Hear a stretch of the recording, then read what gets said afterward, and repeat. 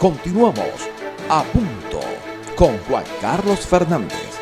Amigos míos, el día de hoy, 3 de enero, nos acompaña Jesús Castillo Molleda.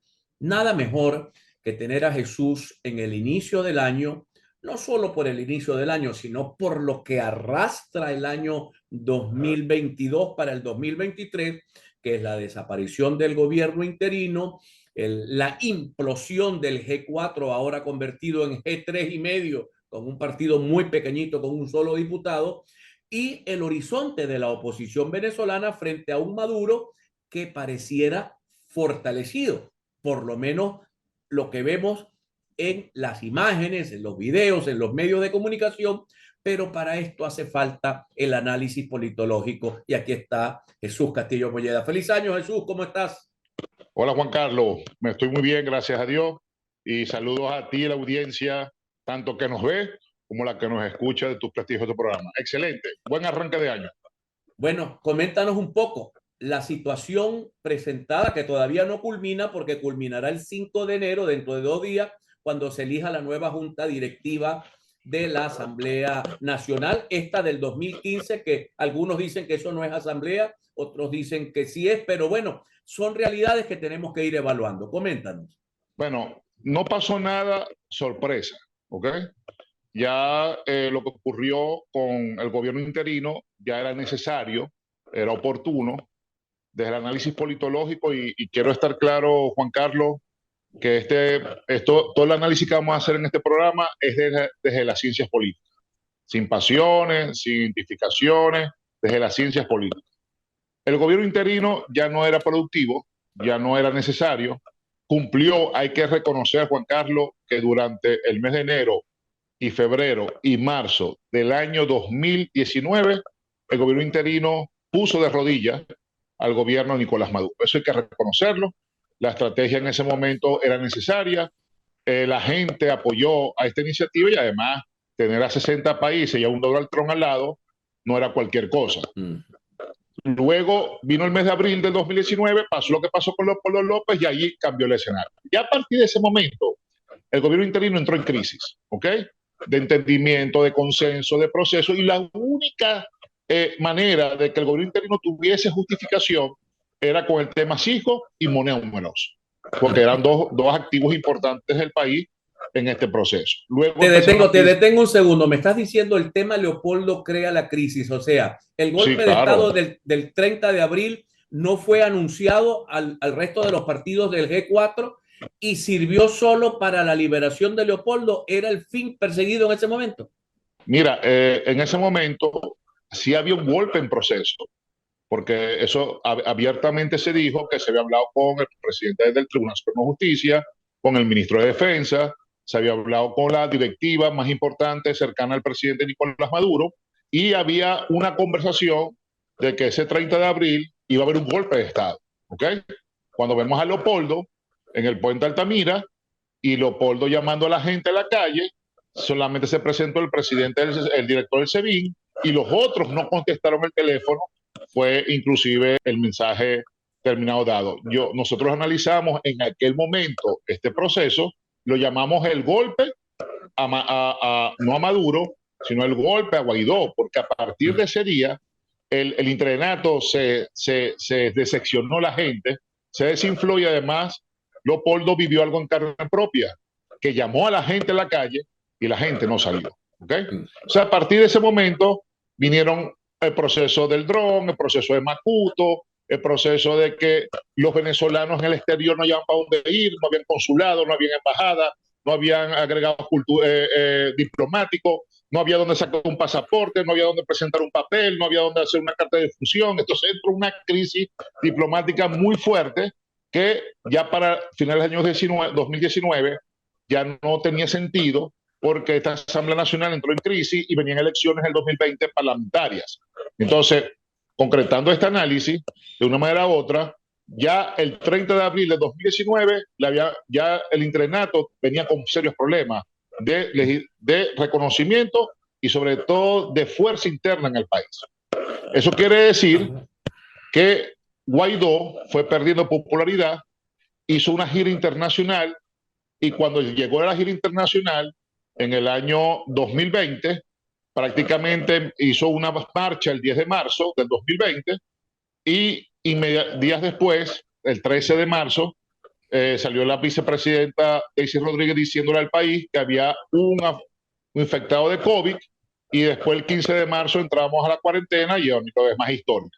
De una manera u otra, yo veo muy sano de que los sectores opositores del país que tienen alguna injerencia en esta toma de decisiones hicieran lo que hicieron. O sea, por primera vez veo una oposición más coherente, acordando que hay varias oposiciones, ¿no? Pero por lo menos en esta que toma esta decisión, más coherente en entender que hubo errores, más coherente en entender que hay activos del país que hay que salvar, más coherente en las negociaciones en México, donde hay un acuerdo de dinero para alguna área de servicio de Venezuela, y más coherente sobre construir unidad para un proceso de consenso o de primaria para elegir un candidato único de oposición o el candidato de mayor fuerza para el proceso electoral que viene, que es la presidencial.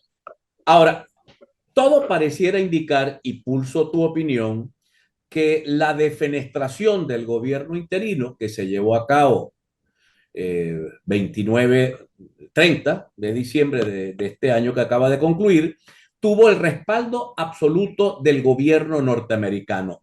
A ver, había perdido interlocución Guaidó con los norteamericanos cuando el G3 se acuerda aparentemente a sus espaldas con el gobierno norteamericano para defenestrarlo.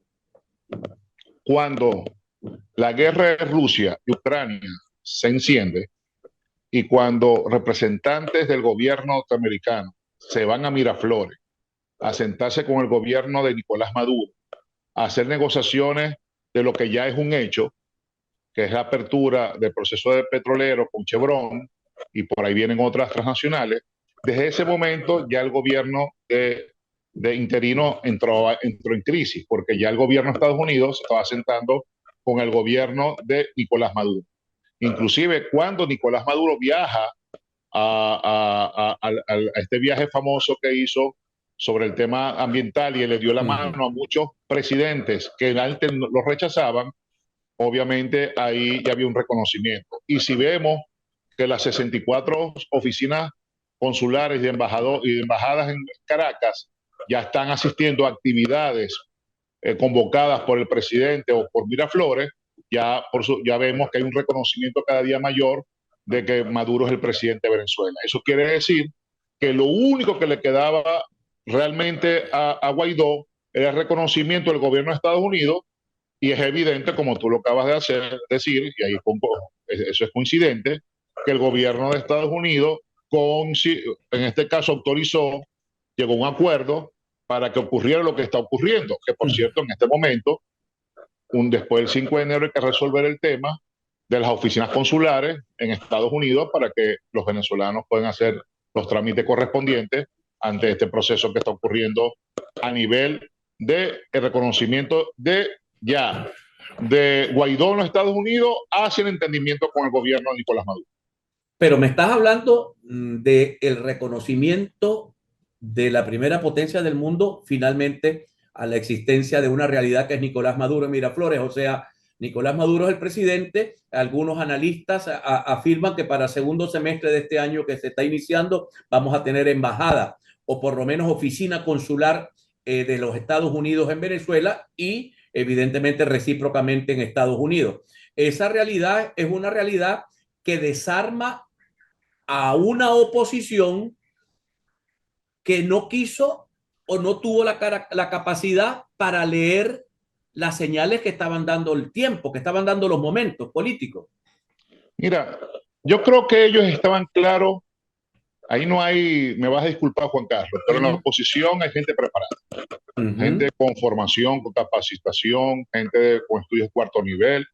En lo personal he tenido oportunidad de conversar con muchísimos de ellos. Ahí no hay gente que no esté preparada para esto. Ahí lo que hay es gente con muchos problemas personales, entre ellos del pasado por diferentes razones, y hay intereses personales también, porque es muy fácil decir esto, pero hay que recordar que el interinato tiene más de 20,000 personas en una nómina. Hay que recordar que el interinato le bajan recursos financieros importantes y con estos recursos mantenían a políticos a oficinas, a dirigencia política en la calle con este dinero. Entonces, no aclaramos, el interinato no era Guaidó, el interinato era el G4, el canciller era primero Justicia. Totalmente. Y si somos más honestos con el análisis, hay que recordar que Monómero estaba en manos de uno de ellos, Cisgo y oficinas y negociaciones y el tema de las ayudas económicas y el tema de los inmigrantes y el tema, todo este tema, Juan Carlos, era dinero, ¿ok? Y no es fácil, vamos a poner un ejemplo, no es fácil que a ti te digan que estás recibiendo $1 mensual, a veces algunos por hacer nada, y que te digan a partir del 5 de enero que no vas a recibir nada. Entonces, esto es un problema también de dinero, para que seamos más honestos, poder y dinero. Entonces, a partir de este momento, por supuesto, muchos, yo lo escribí en un Twitter, muchos políticos del G4 quieren hacer como Corpoelé en el estado Zulia, borrón y cuenta nueva, o sea, como si no hubiera pasado nada en el pasado, y eso no es así, ¿ok? Aquí ese G4 pidió sanciones para el país, ese G4 dijo que había que abstenerse, ese G4 de una manera u otra atentó, inclusive logró que le pusieran precio a la cabeza de un presidente. Entonces, de una manera u otra, ahí está Cisgo y está Monómero. Entonces, no es tan sencillo el proceso. Lo que sí es importante hoy, que esos errores se reconocen y que estamos en una etapa de mejorar las relaciones, el reconocimiento y concentrarse en algo muy importante, elecciones presidenciales. Y a eso vamos. Tengo que identificar, Jesús, estamos entrevistando a Jesús Castillo Molleda, politólogo, director de Polianalítica, una empresa zuliana que hoy es una empresa, digamos, nacional y en algún momento será una empresa global, no tengo ninguna duda. Así que vamos a identificar, al retorno vamos a hablar con Jesús Castillo Molleda sobre el horizonte. El propio Guaidó dice hoy, el portal Noticiero Digital está analizando, aunque él ya fue lanzado como candidato a las primarias por voluntad popular en la última asamblea de ese partido, pero él ha dicho, estoy analizando lanzarme a las primarias, me quedo en Venezuela, parece que no hay un acuerdo para no meterlo preso, para que el gobierno no vale no la pena o no le conviene. Esto lo hablamos al retorno con Jesús Castillo Molleda. Ya regresamos. A punto con Juan Carlos Fernández.